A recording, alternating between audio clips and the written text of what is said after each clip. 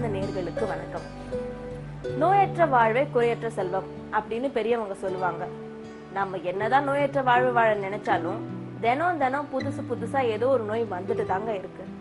ஆனா அப்படி எத்தனை நோய் வந்தாலும் அந்த நோயிலிருந்து மக்களை காக்க வழி செய்யும் மருத்துவர்களை சந்திக்கும் இந்த நிகழ்ச்சியில் இன்று நாம் சந்திக்கவிருப்பது உலக புகழ் பெற்ற சித்த, ஆயுர்வேத மற்றும் இயற்கை மருத்துவத்தில் மருத்துவர்களின் களஞ்சியம், டாக்டர் கலைஞர் விருது, பாவேந்தர் பாரதிதாசன் விருது என்று பல விருதுகளையும் பெற்று முதலில் மூலிகை மருத்துவத்திற்காக உலக சான்றிதழான ISO 9001 2000 பெற்ற MRP ஹாஸ்பிட்டலின் தலைமை மருத்துவரான டாக்டர் S முருகேஷ் அவர்களை இன்று நாம் சந்திக்கவிருக்கிறோம். ஆண்மை குறைவு நிறைய விளம்பரங்களை பாத்தீங்கன்னா சில டாக்டருங்க சொல்ல 7 நாட்கள்ல குணம், எங்க மருந்து சாப்பிட்ட உடனே குணம்ங்கிறாங்க. அப்படி எந்த ஒரு டாக்டராலையும் குணப்படுத்த முடியாது. அதாவது மூலிகை மருத்துவத்தை பொறுத்த வரையில், அதாவது சித்த மருத்துவம்னு எடுத்துங்க, மண்டலமா பிரிச்சிருக்காங்க. ஒரு மண்டலம்னா 48 நாட்கள். அந்த 48 நாட்கள் அந்த மருத்துவ சிகிச்சை எடுக்கணும்.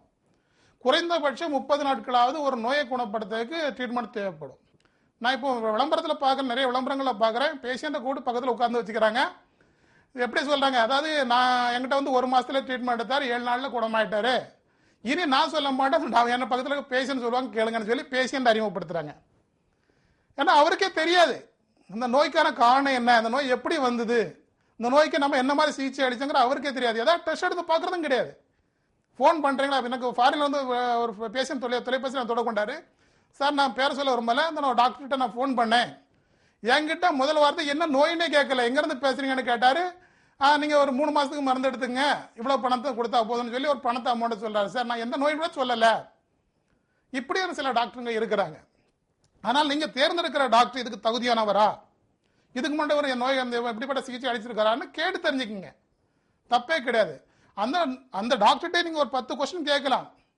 சார் இந்த நோய் எதனால வந்தது, ஏன் இதுக்கு டெஸ்ட் தான் எடுக்க வேண்டிய அவசியம் இல்லையா, ஏன் டெஸ்ட் எடுத்து பார்க்காம எப்படி சார் மருந்து கொடுக்குறீங்க, இப்போ நீங்க சொல்றீங்க இந்த A மருந்து இவ்வளோ இருக்குது, P மருந்து இவ்வளோ இருக்கிறீங்க, அந்த மருந்து எப்படி எங்களை பார்க்காம நீங்க கொடுக்குறீங்க கேள்வி அந்த டாக்டர்கிட்ட கேளுங்க. நீங்க 4 கேள்வி கேட்கும் போது அவர் தானே சொல்லிடுவாரு, எப்பா என்னால முடியாது இன்னொருத்தர் பாத்துக்கன்னு சொல்லிடுவாரு. இல்ல அதுக்கான விளக்கத்தை அவர் கொடுப்பாரு, முறைப்படி கற்ற டாக்டர் இருந்தா. இப்ப ஒரு சில டாக்டர் சொல்லுவாங்க ஆண்மை குறைவு நோயே இல்லை, வருடக்கணக்கில் சிகிச்சை தேவையில்லைங்கிற. ஆனா அவரே விளம்பரம் கொடுக்கிறாரு 48 நாட்களே ஆண்மை குறைவுக்கு தீர்வு. எப்படி எனக்கே புரிய மாட்டாங்க. இந்த மாதிரி எப்படி உங்களுக்கு புரியும்? அந்த மாதிரி டாக்டர்கிட்ட அணுக மட்டும் அவங்ககிட்ட கேளுங்க. நீங்க கேட்காம இருக்கிறதுனால தான் இவங்க உங்களை ஏமாத்துறாங்க. நீங்க கஷ்டப்பட்டு சம்பாதிக்கிற பணத்தை வேஸ்ட் பண்ணாதீங்க. இவ்வளவு நேரம் நான் ஆண்மை குறைவை பற்றி நான் பல டாக்டர்கள் பல கருத்து சொன்னேன். இது உங்களை புரிய வைக்கிறதா, எந்த டாக்டரையும் நான் புண்படுத்துறதுக்காக இல்லை. ஆண்மை குறைனா என்ன? ஒரு ஆண் போக சக்தியில் ஈடுபடும் போது உறுப்பானது போதிய எழுச்சி இல்லாமலும் துவண்ட நிலையிலும் காணப்படும். இப்ப அவன் தாம்பத்தியரை வைத்துக் கொள்றான்னு பாத்தீங்கன்னா, அவனால ஈடுபடும் போது, இப்ப இன்டர் கோர்ஸ்ல ஈடுபடும் போதுனா சடலி விந்து வெளியாயிடும். 1.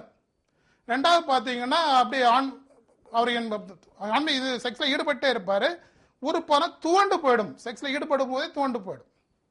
இது ஒரு வகையானது. இன்னும் சிலருக்கு பார்த்தீங்கன்னா மருந்தே தேவைப்படாது, மனதளவுல பாதிக்கப்பட்டிருப்பாங்க. இந்த ஆண்மைக்குறை எதனால் ஏற்படுது? நாட்பட்ட கைப்பழக்கம். அதாவது சுய இன்பம் பெற வேண்டி தாங்கள் ஏற்படுத்தி கொண்ட கைப்பழக்கம் நாளை நரம்பு தளர்ச்சி ஏற்படுத்தி ஆண்மை குறைவை 100% உருவாக்குது. இதே சில டாக்டர் சொல்லலாம் கைப்பழக்கம் பண்ற தவறில்ல, கிணத்துல ஊற தண்ணி மாதிரி ஊறும். கிணத்துல தண்ணி ஊறுமா இருக்கலாம், ஆனா நீ கைப்பழக்கம் பண்ணிட்ட நரம்பு தளர்ச்சி ஏற்பட்டு நிச்சயமா ஆண்மை குறைவுங்கிற கண்டிஷன்ல மோசமான கண்டிஷன்ல போயிடுவேன். நாளைக்கு இன்னொரு பெண்ணோட தாம்பத்தியம் வைக்க முடியாத கண்டிஷன்ல போயிடுவேன். ஏன்னா நீ இன்டர் கோர்ஸ் பண்ணும்போது அதுல ஒரு பசைத்தன்மை இருக்கும். கைப்பழக்கம் பண்ணும்போது உனக்கு அதுல ஒரு பசைத்தன்மை இருக்காது, நரம்புகள் தொய்ந்து போய் நாளடைவில் அதுக்கு அபிச்சுவல் ஆகி நரம்பு தளர்ச்சி கண்டிப்பா ஏற்படுது. ஆனா அப்படிப்பட்ட டாக்டர் சொல்ல கேட்டு தானே உடம்பு கெடுத்துக்காதீங்க. இன்னும் சொல்ல போனா போதைப் பொருட்கள், சிகரெட் ஸ்மோக்கிங், பான் பராக், அபீம், கஞ்சான்னு போதைப் பொருட்களை யூஸ் பண்றாங்க. இவங்களுக்கும் நாளடைவில் பார்த்தீங்கன்னா ஆண்மை குறைவு கண்டிப்பா வரும். நிக்கோட்டின் அதிகமாக ஆண்மை குறைவு வரும். இன்னும் சிலர் என்ன பண்ணா தகாத உறவுகள், விலை மாதம்னு சொல்லுவாங்க, அந்த மாதிரி பெண்கள்கிட்ட போய் செக்ஸ்ல ஈடுபடும் போது தகாத மாத்திரைகளை எடுத்துக்கிறாங்க வீரிய சக்திக்காக. ஒரு முறை நல்லா இருக்கும், அடுத்த முறை நல்லா இருக்கும், அதுக்கு அடுத்த முறை அந்த மருந்தே வேலை செய்யாது. அதுக்கப்புறம் நீ அதுக்கு பவர் கூட மாத்திரையை அணுகுவ, அது சாப்பிட்டு பார்ப்ப, கடைசியாக நம்ம எந்த மருந்துமே உனக்கு பிரயோஜனப்படாமல் போயிடும். இப்படி நீ ஆங்கில மருந்துகளையோ இல்லை அந்த பவர் கூட நீ எந்த மருந்தாக இருந்தாலும் சரிதான், வீரிய சக்திக்காக தனிப்பட்ட மருந்தை எடுக்காத. உன் நோய் உடம்புல என்ன குறைபாடு இருக்குதோ அதுக்கு தக்க ஒரு மருந்து எடுத்து நிச்சயமா ஆண்மைக்கு இருந்து விடுபடலாம். இன்னும் சில பார்த்தா சிவியர் இந்த நோய்கள் ஏற்பட்டிருக்கும், அதாவது டைபாய்டு, மலேரியா, சிக்கன் பாக்ஸ் இப்படிப்பட்ட நோய்கள் ஏற்பட்டிருக்கும். அந்த டைம் சரியா சிகிச்சை எடுத்துருக்க மாட்டாங்க. இப்படிப்பட்டவங்களுக்கும் ஆண்மைக்குறை நிச்சயமா வரும். அதனால அதுக்கு தக்க மருத்துவ சிகிச்சை எடுக்கணும். ஒரு நல்ல டாக்டர் அணுகணும். டாக்டர் அணுகி அதுக்கு தக்க மருத்துவ சிகிச்சை நீங்க எடுத்துக்கிட்டீங்கன்னா 100க்கு 100 ஆண்மைக்குறை வந்து விருப்படலாம். ஒரு முழுமையான தாம்பத்தியத்தை வச்சுக்கலாம். இன்னும் சில பார்த்தீங்கன்னா ஒரு கடமைக்காகவே வாழ்றாங்க. எப்போ பாத்தீங்க கவர்மெண்ட் சர்வன் எடுத்துங்க, அவங்க வர்றாங்க வீட்டுக்கு, இன்னைக்கு கடமையை முடிச்சிருவோம், இன்னைக்கு ஒரு முறை தாம்பத்தியம் ஈடுபடணும்னு சொல்லி அந்த கடமைக்காக வாழ்றாங்க. ஒரு வாழ்க்கையை அனுபவித்து வாழ்றது இப்ப இல்ல. ஒரு மிஷினரி வாழ்க்கையை வாழ்ந்துட்டு இருக்கிறாங்க. மனுஷன் எவ்வளவு கனவோட வந்திருக்கும், தாம்பத்திய சுகத்தை பார்க்கறான்னு எண்ணற்ற கனவோட வந்திருக்கு. பெண்ணோட நீ திருப்திகரமா தாம்பத்தியம் நீ மட்டுமா பாதிக்கப்படுற, உன்னை நம்பி வந்த அந்த பெண்ணும் பாதிக்கப்படுது, உன் குடும்பமே பாதிக்கப்படுது. நாளைக்கு பேரம்பத்தியை பார்க்கணும்னு நினைச்சிட்டு இருக்கிறவங்க ஃபாதர் மதர்லாம் என்ன பண்ணுவாங்க? உன்னால் அதுக்கே இல்லற என்பதுக்கு தகுதி இல்லைங்க, நாளைக்கு குழந்தை பாக்கி அங்கிருந்து வரும். எனவே தக்க மருத்துவ சிகிச்சையை அதுக்கு அனுபவம் உள்ள டாக்டர்கிட்ட அணுகி தக்க மருத்துவ சிகிச்சை எடுத்த பின் மேரேஜ் பண்ணுங்க. நான் ஒரு ஆண்மகனை பற்றி தாயத்தப்பன் ஒன்று மட்டும் சொல்லிக்க விரும்புகிறேன்.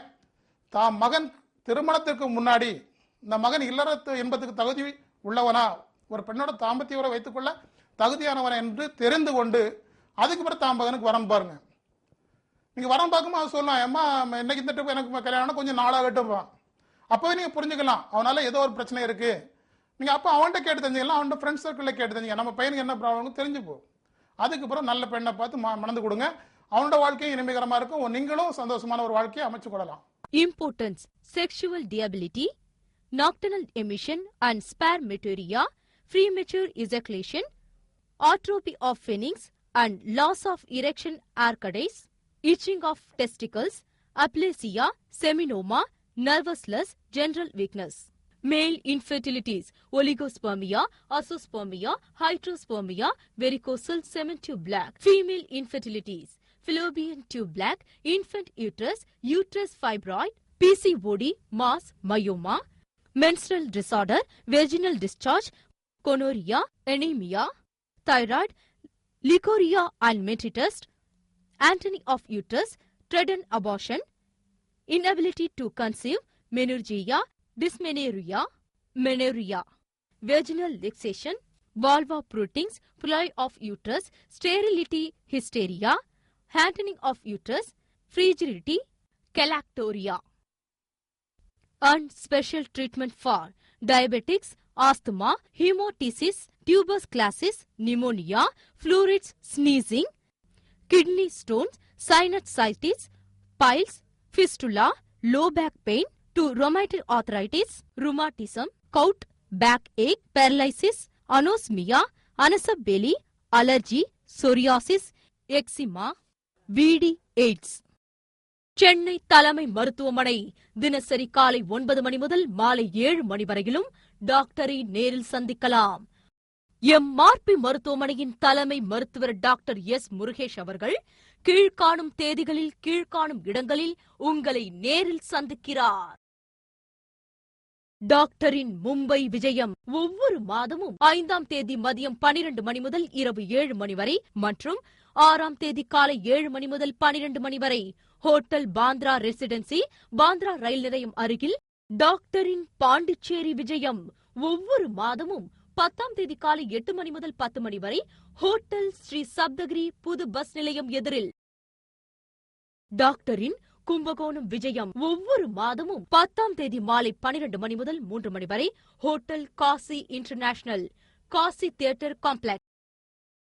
டாக்டரின் திருச்சி விஜயம் ஒவ்வொரு மாதமும் 11ஆம் தேதி காலை 7 மணி முதல் 10 மணி வரை ஹோட்டல் ஆனந்த், மத்திய பேருந்து நிலையம் அருகில்.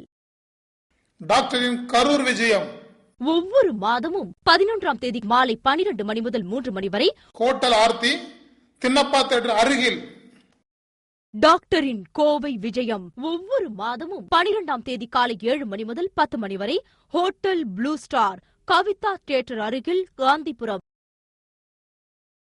டாக்டரின் சேலம் விஜயம் ஒவ்வொரு மாதமும் 12ஆம் தேதி மாலை 12 மணி முதல் 3 மணி வரை ஹோட்டல் செல்வம், புதிய பஸ் நிலையம் அருகில்.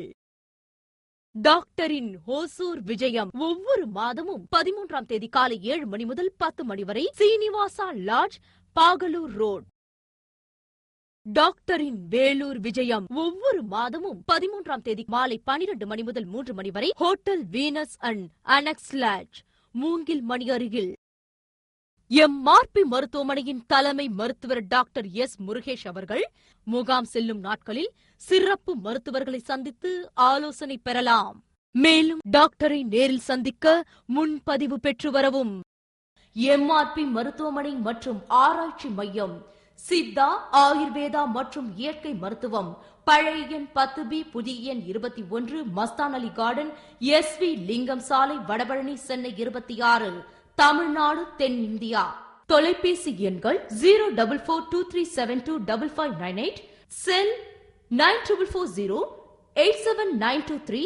குழந்தை இல்லாமை மனிதனாக பிறந்த எவராக இருந்தா ஏழையோ பணக்காரனோ தனக்குன்னு ஒரு வாரிசு நிச்சயம் ஆசைப்படுவீங்க.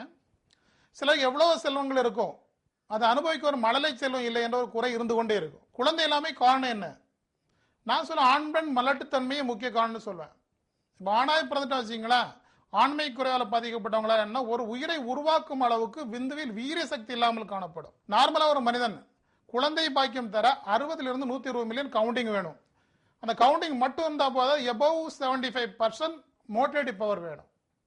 இது சிலருக்கு இல்லாமல் இருக்கும். சிலருக்கு பார்த்தீங்கன்னா 1 மில்லியன் 2 மில்லியன் இருக்கும், ஆனால் மோட்டிலிட்டி பவர் இல்லாமல் இருக்கும். அதாவது ஒலிகோஸ்பிரிமியாங்கிற கண்டிஷனில் இருப்பாங்க. இன்னும் சிலர் எடுத்துட்டீங்கன்னா கவுண்டிங்கே இல்லாமல் இருக்கும், சுத்தமாகவே அவங்களுக்கு எதுவுமே இருக்காது, எசோஸ்பிரிமியா கண்டிஷனில் இருப்பாங்க. இப்படிப்பட்டவங்களுக்கு எதனால இந்த பாதிப்பு இருந்து பார்த்தீங்கன்னா சிலவங்களுக்கு ஹைட்ரோசில் ப்ராப்ளம் இருக்கும், வெரிகோசல் கட்டிகள் இருக்கும். இப்போ வெரிகோசல் ப்ராப்ளம் இருந்தால் உடனே அலோபதி மெடிசன் என்ன பண்ணுறாங்கன்னா அவங்களுக்கு அந்த ஆப்ரேஷன் பண்ணுறாங்க. ஆப்ரேஷன் பண்ணி விட்டாலும் திரும்ப வரும். நிறைய பேர் ஏன்னா எதுக்கு எடுத்தாலும் உடனே ஆப்ரேஷன் பண்ணாதீங்க. மூலிகை மருத்துவத்துக்கு 100% குணப்படுத்த முடியும். எதுக்கு எடுத்தாலும் இப்போ ஆப்ரேஷன் பண்ணுறீங்க. ஒரு ஆண்மகனை பொறுத்த வரைக்கும் அவனுக்கு 62 வயது வரைக்கும் ஒரு குழந்தை பாக்கியம் நிச்சயமாக கொடுக்க முடியும். அவனுக்கு உயிரணுக்கு அந்த விந்தணுக்கள் வந்தால் தேவையான உயிரணுக்கள் இருந்தால் கண்டிப்பாக அவன் 60 வயசு வரைக்கும் குழந்தை பாய் கொடுக்க முடியும்.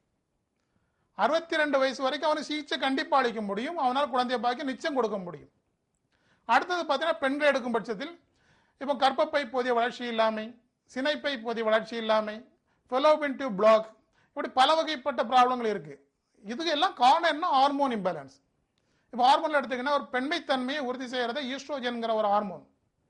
இந்த ஹார்மோன் பார்த்தீங்கன்னா கருமுட்டையை வளர்ச்சி அடைந்தது, அதை எல்ஹெச்ங்கிற ஒரு ஹார்மோன்ஸ் மூலமா முதிர்ச்சி அடைந்தது எண்டோமெட்ரியம் வழியாக ஃபெலோபியன் டியூப் வரையும் கொண்டு போறது இந்த ஈஸ்ட்ரோஜன்கிற ஹார்மோனோட வேலை.